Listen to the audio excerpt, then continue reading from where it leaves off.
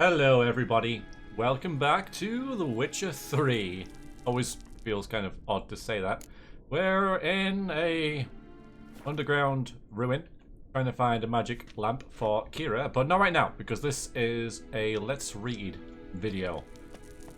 So let's head to somewhere a little more comfortable, relatively speaking. Let's go by this fire and sit on this little stool here and get into all the new journal entries and bestiary entries and stuff like that we've got. I'm going to check my inventory first to make sure there's nothing in here. I mean, I've got quite a few things in there now, haven't I? So I've got things like this. I've already read this though, that's kind of handy.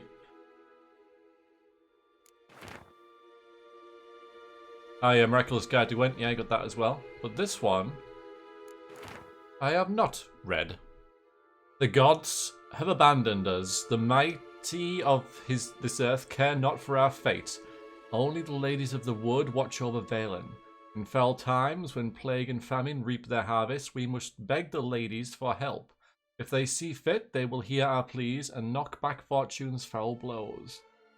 This is how one begs help from the ladies. So this is probably going to be pertinent to the quest we're about to go on. Or at least main quest wise. Find a child, young and innocent, and take it to Crookback's bog. Yes, is definitely it. Seek out the lady's shrine. 'Tis where the trial of treats begins. Set the child off on the trail. Not a trial.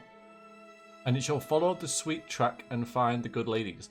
The child will never want for anything again, for the ladies are kind and generous and will probably take the child and it'll, yeah, eat it. Oh dear. Stand before the shrine, pronounce your supplication, and the good ladies will hear, for they see and hear all that takes place in their... I don't know what that word is. Demazine? Demesne? Their area, I guess, the area that they own. If you made the offering, as it must be done, your plea shall be heard.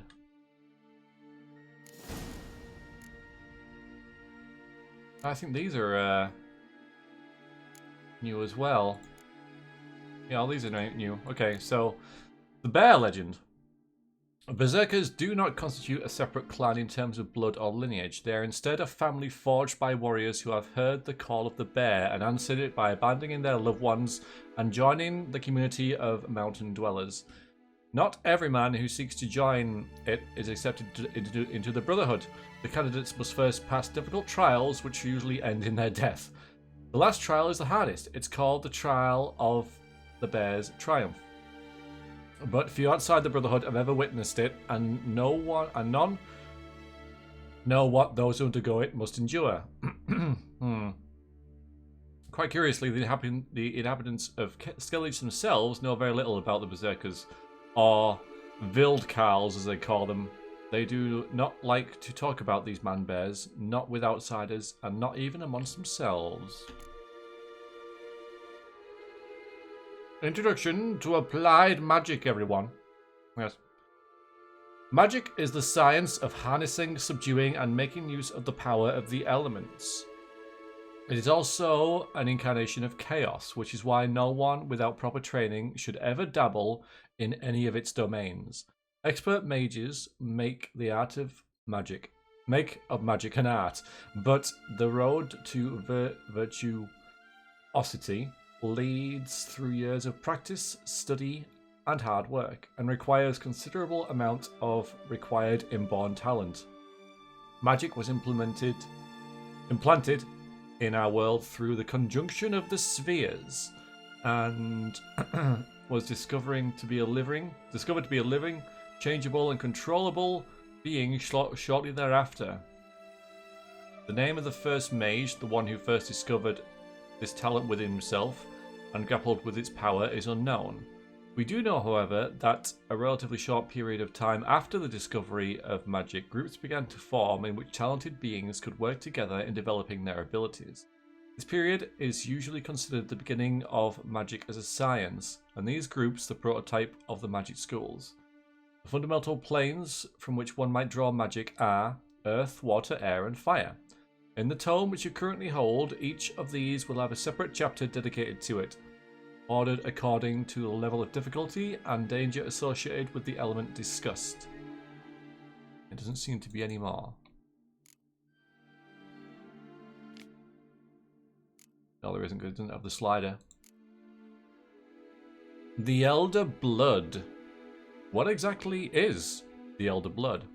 According to some, it is a powerful elven curse passed from generation to generation.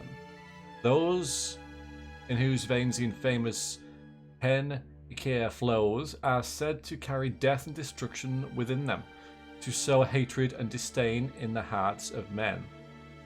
It was from this contaminated blood that Elfleen prophesied the Avenger would be born, a destroyer of nations and worlds. Others claim the Elder Blood is an extremely rare inherited talent, granting control over time and space to a degree unattainable even to elven sages. Sadly, few bearers of this gift have been able to control it in full. This merely partial mastery inevitably leads to sudden outbursts of the power that take the form of unpredictable, uncontrollable, and thus extremely dangerous explosions. Behind the dark legends about the curse of the Elder Blood lies the truth of these tragic cases. For obvious reasons, the bearers of the Elder Blood were always subjects of great interest to the world's mighty and to mages alike. The former counted the truth of Elfleen's prophecy on an Avenger being born who could destroy worlds, and who they could thus use for their purposes. As for the latter, they hoped to harness the magic of Hen Ikea to broaden their knowledge and powers. Ultimately, however, all these plans were for naught. The Elder Bloodline broke off with the disappearance of the heiress of the Nilfgaardian crown, Cirilla, Fiona, Ellen, Rhiannon. Yes. So back to this. The child. Yeah, it's going to be tricky. If we exit here now, we might get a little pop-up. Okay, we've got a new vestry thing, which we'll check very shortly. Quest updated, Lady of the Wood. We'll have a look at that as well. Do it now.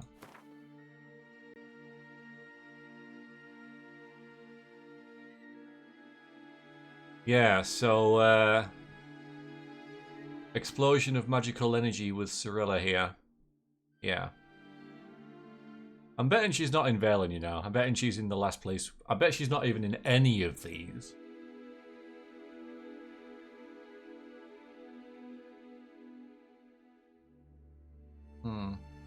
Use which is sensitive to find the shrine that marks the style of the trail of treats. Okay. Alright then. Glossary. Vestry. Bears, dogs, and wolves we've done. Okay, we're getting a few more in here now.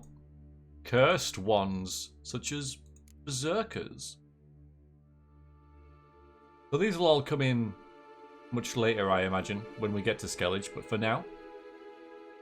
Finish your soup or a berserker will come and swallow you whole. Skellige legends speak of men known as berserkers who transform into bears. Okay, yeah, this is different. Okay. Just checking it hadn't just copied the text over.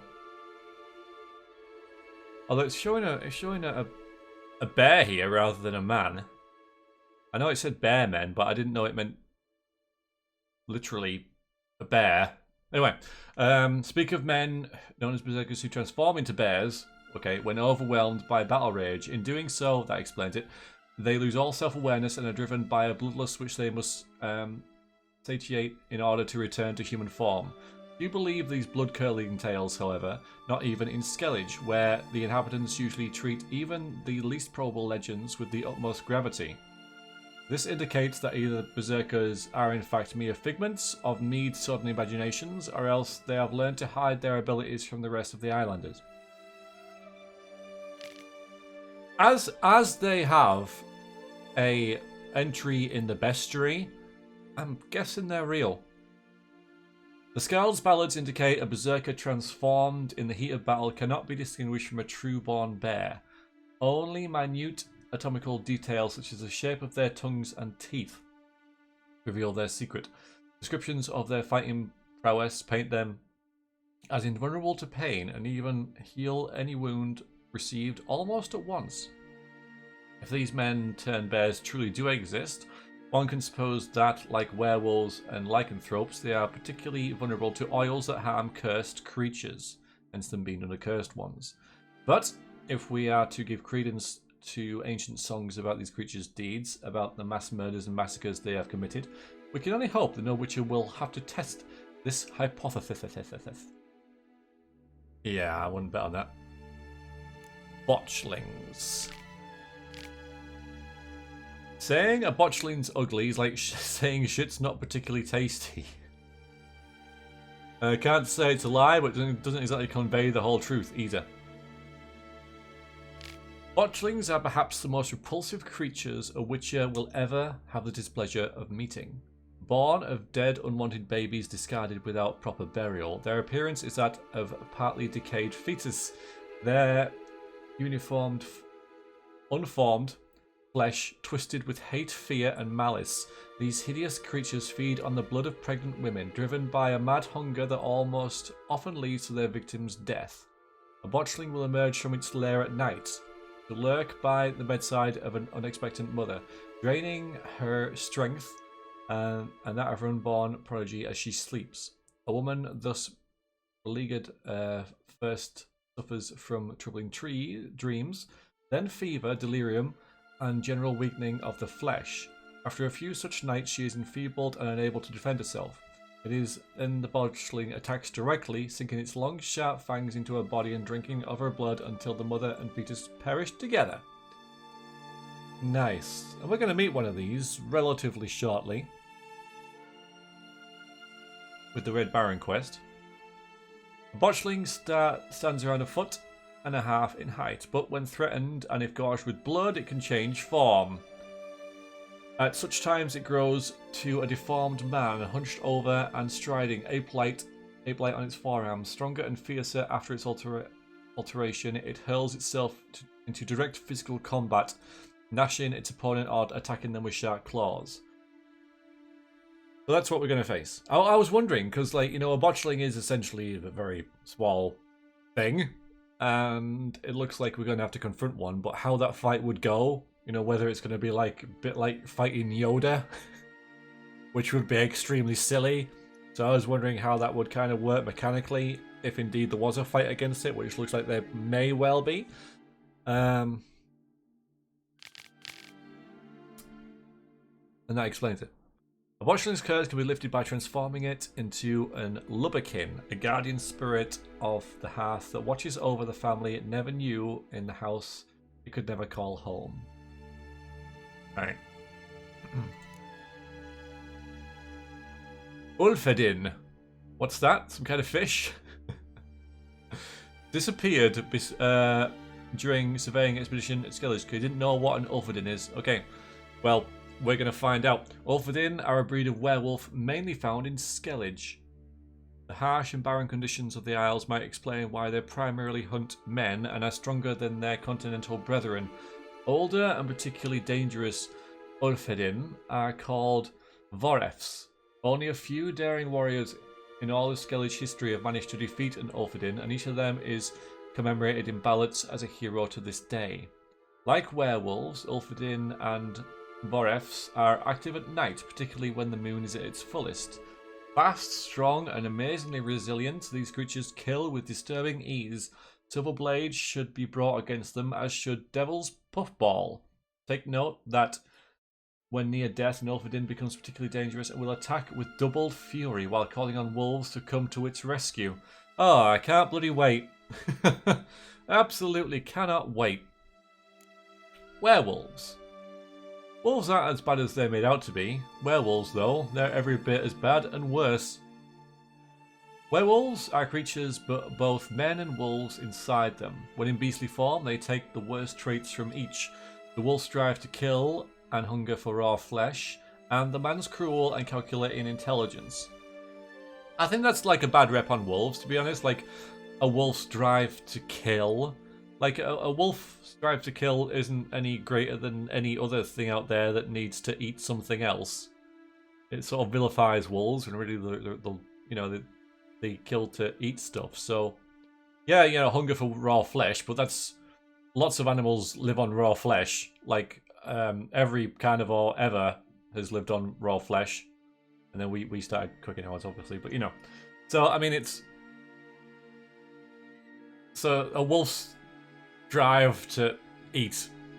Okay, I'll call it that. And the man's cruel and calculating intelligence.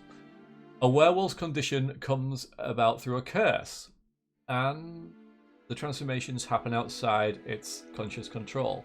When he reverts to human form, he has no memory of his deeds. Otherwise, he would surely go mad and take his own life. Yeah, anyone who's seen American Werewolf in London? Werewolves are active at night, particularly when the moon is full. Though they hunt alone, when threatened, they will summon wolves to aid them. Werewolves rarely feel the need to flee, for few adversaries put much up of a fight against them. They strike as swiftly as lightning with claws sharp as razors and regenerate any damage received in mere moments. When fighting werewolves, a witcher should wield a blade covered in oil harmful to cursed ones and a large supply of devil's puffball. Werewolves' curse can be at times lifted, yet there is no universal surefire method for doing this. A witcher seeking to undertake such a task must therefore equip himself with a great deal of patience and sturdy armor. That was pretty cool. I quite enjoyed that. Elementa, hounds of the wild hunt. Yeah, you guys. Weak to Igni. Told you. Oh no, wait. Yeah, Igni. Yeah, I thought so. Baying at the heels of the wild hunt are its hounds, fierce beasts which follow it like dust clouds trailing after a comet. Hushed legends speak of them losing their way at times and descending from the night sky to earth, cold and death following in their wake. Brilliantly written. Born, or so some experts believe, of magic ice crystal, the hounds of the wild hunt race alongside their spectral masters. Like ravenous feral dogs, they are capable of mindlessly attacking whatever crosses their path. Yeah, we found that. Yeah, we got that. Insectoids. Endrega warriors. Insectoid oil. Makes sense. Okay. Scared of these Endregas, are you? Just wait till you see the warriors. Endless waves of Endrega workers are enough to overcome most attackers, but when confronted with more dangerous foes, Endrega colonies unleash their larger, stronger members, the so-called warriors. This caste lives only to fight, and gets ample opportunity to do so while defending the colony's borders or conquering new territory. Big freaking club things. Yeah. The workers? I thought the workers were harmless. I thought wrong.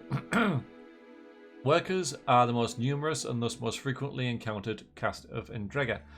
Within the colony, their duty lies in building nests and cocoons, acquiring food and caring for eggs and larvae. When threatened, they will summon warriors to aid them. Yet if forced to defend themselves, they will, and do so surprisingly well. I like how Endrega are basically ants that they've just made about 100 times bigger and made into monsters. Pretty cool. They don't look much like... I mean, they look like insects, but not... You wouldn't think ant, would you? Too much. There is ant-like things there, like the legs and things like that, but... That's obviously what they're kind of based off. Foglights. Roll against... Quinn, okay. Good to know. If night ever catches you in the swamp, stay put and wait for dawn, even if it means standing waist-deep in water with leeches crawling down your trousers. Ugh. Most important of all, if you see a light in the fog, never, and I mean never, go towards it. Fog is the traveller's foe. In the forest, it can make one lose one's way. At sea, it can send one sailing into rocks. Yet such dangers are nothing compared to the monsters known as foglights, which sometimes lurk within it. These creatures have powerful arms and claws, like Zerikenian Kinjals, yet what makes them truly dangerous is their mastery of deception, beguilement and disorientation. Many times they need not attack at all, instead simply driving their prey to madness or into boggy marshlands, after which they wait patiently for it to drown in the muddy waters. How pleasant. And a water hag. We didn't get much of look at her, because we sort of took her out from quite far away and it was very dark. Oh yeah, nice. Wonderful. Folks say that water hags are drowners' wives. If that be true, take no wonder why there's such orny bitches. Some tales mentioned water hags and swamp bints masquerading as lost old women to lure travellers back to the rickety shacks they build in the wetlands. In truth, only a blind man or a sighted man blind with drunk could make the mistake. The rank, sludge and rotting carrying of a water hag den for a cosy cottage, and the hideous hag herself for an innocent grandmother. Their wrinkled, wart-covered bodies stand nearly 2 yards tall, with skin the colour of long-dead cadaver, and stinking of muck and fish. Brawny girls 2 spans long stick out from their backs, with hair like a tangle of seaweed and claws that would make a werewolf proud, completing the picture. Delightful. Neckers. Hello, Neckers. Take heed, gents. There's Neckers under this bridge here. If you all cross at once without slowing or stopping, there's nothing to fear. But if your cart throws an axle and you get stuck on there, well, close your eyes and pray to Maletel. A lone Necker is harmless. 5 are dangerous. 10 can kill even a veteran monster slayer. Particularly troublesome are the larger, stronger individuals known as warriors, as well as a rare breed of Neckers known as Pukas? Anyway, yeah, just low-level mob, pretty much. Okay, more spectres, such as night wraiths. Night wraiths exude this immense sadness, this helpless wrath. I fear them, same as anyone. But most of all, I feel sorry for them. Compared to other creatures of the night, cans, necrorats, werewolves, for example, night wraiths and their rarer cousins, dusk wraiths. No, we met a noon wraith. Sorry, I thought we'd already met one of them. Might not seem all that dangerous. After all, one might ask, how much harm could a pale, withered woman in a tattered dress do? The answer? Quite a bit. Instead of finding this out the hard way, avoid crossing fields and meadows at night at all costs. Like noon wraiths, night wraiths are only found in rural areas. Travellers fall victim to them most often, but if legends are to be believed, they also sneak into huts at times and murder peasants in their sleep. When they attack, night wraiths remain immaterial for most of the time, meaning physical blows pass right through them. They only take on more tangible form for the brief moments in which they strike. When weakened, they will create several projections of themselves which cannot attack directly but act as transmitters of sorts through which the night wraith can sap her victim's vital energy. Night wraiths can turn immaterial and are at such times very difficult to wound. In order to force one to take corporeal form, trap it with the eridan sign or hit it with a blast of moon dust bomb. Do not believe the old wives' tales and think yourself completely safe from night wraiths during the day. They appear under the light of the sun as well, but are much weaker than after dusk. I reckon we're going to be... this could be like Jenny of the Woods type territory. Sounds very similar to the noon wraith. I mean, these all kind of like are quite similar in their appearance, aren't they? So Plague Maidens, finally, in the bestiary. These ravings subsided after administration of henbane and poppy extract. When plague ravages a region, a spirit will sometimes walk its lands, a ghost resembling an ill woman whose flesh rots off her bones, and in whose wake crawls a cavalcade of rats. Yeah, that's pretty ill. No one knows whether the spirit brings the pox with her or is merely drawn to it like a moth to a light. Yet it is certain that she delights in dealing pain and suffering, in hearing the howling and moaning of men. Many have called into question the very existence of plague maidens, or pestae as they're sometimes called. Only 2 sightings of such creatures have ever been recorded, both during times of raging epidemic. As the name Plague Maiden suggests, these wraiths take the appearance of females, though exactly why that is remains a mystery. Some speculate they, like other spectres, arise from the powerful emotional charge associated with certain circumstances of death, such as death preceded by a long and particularly painful illness. Not much is known about how to fight a Plague Maiden, though one can assume they possess many traits in common with other phantoms and wraiths. They undoubtedly pose a great danger, though a witcher's immunities should at least prevent him from catching the contagious illnesses they carry. Well, that will be helpful, won't it?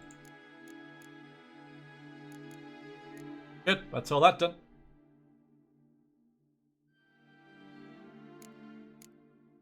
We got a few characters to have a look at. For example, Eridan here. The name of the king of the wild hunt, the identity of the lord of nightmares, the being behind the frightful mask, this long remained unknown. Over time, however, scraps of information gradually coalesced into a full likeness of our foe, but did nothing to detract from the terror he inspired. The Wild Hunt is in truth the elite cavalry brigade from the world of Ian LA, the Alderfolk. It was commanded by their ambitious and ruthless king, Aaron Berek Glass.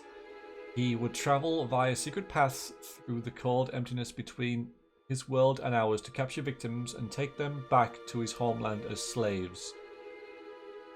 The current object of his hunt was Cirilla, whose power he wanted to harness for his own uses. The only obstacle in his path, Geralt of Rivia. Hello, Kyra. So she wasn't in the second game, as I thought she might have been. She was just mentioned briefly. Geralt first met Kyra Nets when she literally dropped on top of him out of nowhere. During the infamous coup of Thened Island, Kyra was defenestrated and nearly landed right on top of the witch's head. The next time Geralt saw her in the swamps of Valen was shocking in a different way. The luxury-loving sorceress was the last person he expected to see in such a grim and barren place. Geralt later learned the reason for this, and Kyra's fate gave him ample fodder for contemplating the cruel whimsies of the Wheel of Fortune. Once the esteemed advisor till now late King Foltest, she had been chased out of Temeria when she lost that ruler's trust. Later she joined the Lodge of Sorceresses, which earned her the hatred of Redina's king and Nilfgaard emperors alike. Because of this, she had gone deep undercover, posing as a cunning woman, a village witch of sorts deep in Valen's boondocks. It was not all that difficult to tell that she despised every minute of this. The Pella. It is often the case with charmers, diviners, healers, and other such cunning folk in the countryside that the Pella of Blackbow, was a man of mystery, around whom circled a great many rumours and legend. Some claimed he could commune with the dead, others that he had different sort of familiarity with the grave, putting an axe in his father's head in a fit of rage when he was a young man. Still others said he showed an indecent fondness for barnyard animals. They're probably all true. All these rumours aroused the fear and respect of the backwater peasants of Valen, and the Pella most likely did little to discourage them. Yet even the most cunning of men make the occasional professional error, and Geralt, had not Geralt not intervened, who knows what might have become to the old seer at the hands of the Baron's enraged men. The Pella turned out to be more skilled at soothsaying than curing indigestion. Though what he divined for Geralt was murky at best, the Witcher managed to put the pieces together into a somewhat logical whole.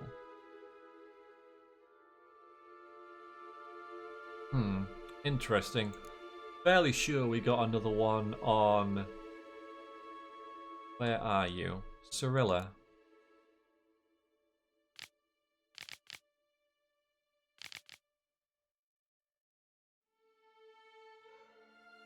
But yeah, it doesn't give me a... Cause I'm sure we got an upgrade on her, like an update.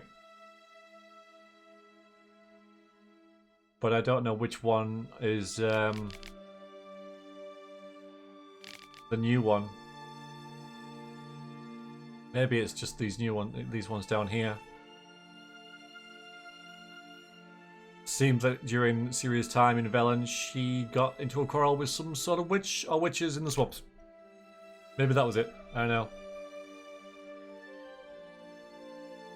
Alright, and see if there's any more books.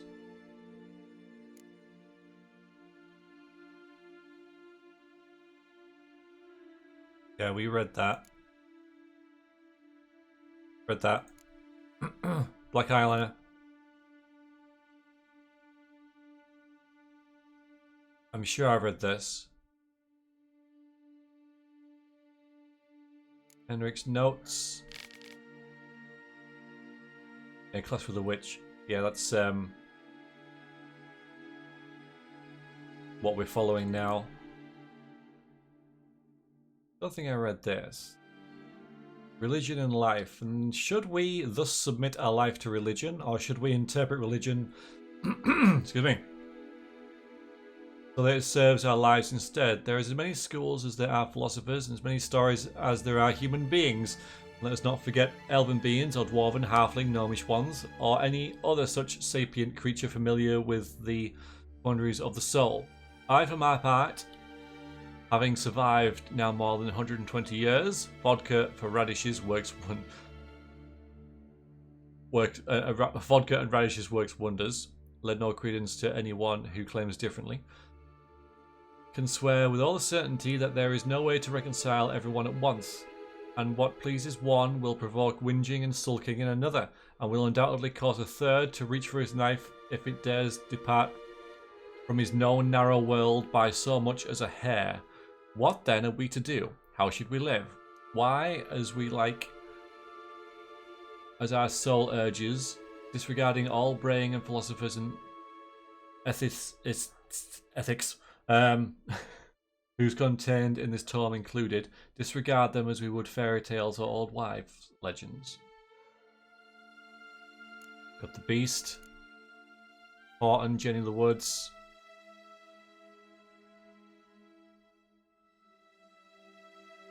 Shrieker and stuff like that.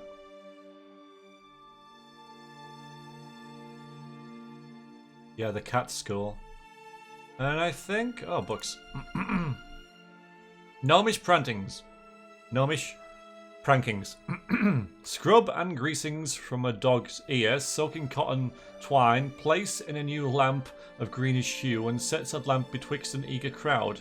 Forsooth shall they swear that a dog's head they behold, and this shall be no sorcery, but good betidings. Nice.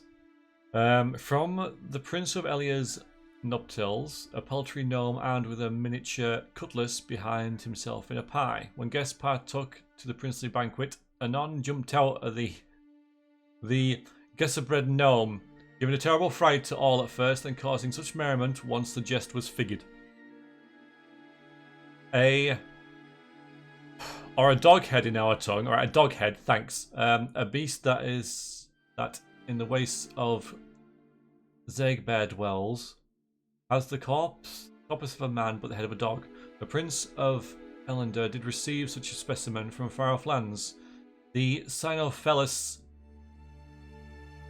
lets stream its urine with the tolling of every hour, both day and night, and this is why Zangubarians engrave its likeness into timepieces and compasses. I will look out for that. The opposition in Nilfgaard. While Nilfgaard's emperor wields absolute power, harshly crushing the slightest sign of disobedience, opposing forces continue to exist within the empire. Well, by this I do not mean the disgruntled leaders of conquered provinces, but the magnates within the city of 1,000 towers who are unhappy with the current leadership. This conflict between the Emperor and the noble houses of Nilfgaard, the capital, dates back many years. All the princes of the blood and magnates expected their ruler to wed one of their daughters and sire an heir with one of their own. The Emperor, however, had other plans. This proved a slap in the face for all the great families from which he refused to take a bride. So there is disquiet within Nilfgaard. Don't know if that's going to do us any good, but... Nilfgaardian opposition patiently waits for the Emperor to slip up. for some event to occur which will weaken his authority, be it an economic crisis or a defeat in battle. A secret conspiracy lies ready to seize such a moment to incite the disaffected, assassinate the emperor, and carry out a coup d'etat, culminating with one of their own number ascending to the throne. For obvious reasons, only a limited few know of this conspiracy, but any shrewd observer of Nilfgaard politics can read the signs of its workings. So long as men are men, and the world is as it is, certain dynamics will forever remain the same, and the discontented will always form subversive societies within their secret signs and hidden agendas. I think it's like one of their own, but they haven't really figured out who that's going to be yet. I have, yeah, I read that. Oh, we've still got, we've still got quite a few. Of sweat and blood. A veil hangs between the world men see and the one they cannot. This veil blocks the dead from the view of the living, and the living from the view of the dead. Some mages can break through this veil and communicate with the dead, or else summon them to the world of the sun for a short period of time. This is the art known as necromancy. The dead can also break through the veil and enter the world of the living on their own. Yet, unlike necromancers, in doing so, they are not driven by reason and will, but by thoughtless, irrational need. This need arises from powerful emotions such as regret, longing, or wrath. Very often, these emotions gain their power by being invested in material objects by the dead individual while he or she still knew life. The objects must frequently be so endowed. Oh, I see. Wedding rings, favourite toys, or the instrument used for the crime which sent the returned individual to the other world in the first place. Oh, and then we've read some of these, haven't we? I mean, yeah, the Elder Blood we've read, the Bear Legend we've read, these notes we've read, Gwent and such. I think what I will do to pace things out, because, this video is getting on, is I'll leave these for another Let's Read. There's 1, 2, 3, 4, 5, 6 books here. But I think I'll leave it there, just so I don't read everything at once, for the obvious thing of reading for so long. But also, I want to kind of remember. Oh, okay, that's just updated for that. I'll put that back to the one. And if I read everything, I'll just forget all the details that I've just learned. So, no, make it a bit more bite-sized, even though that was like quite a big meal. We're doing that one. Although, why was it updated?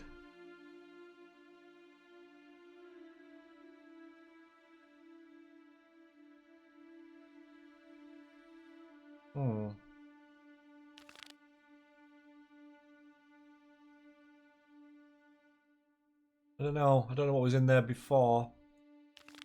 Wasn't in there before that is in there now. Hey, so we're getting towards level 10, aren't we? Oh, there was one more thing. Yeah, we unlocked that.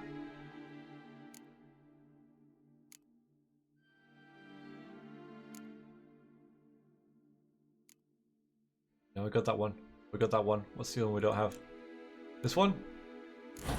Oh, good. Yeah, so now we have that little slowdown thing.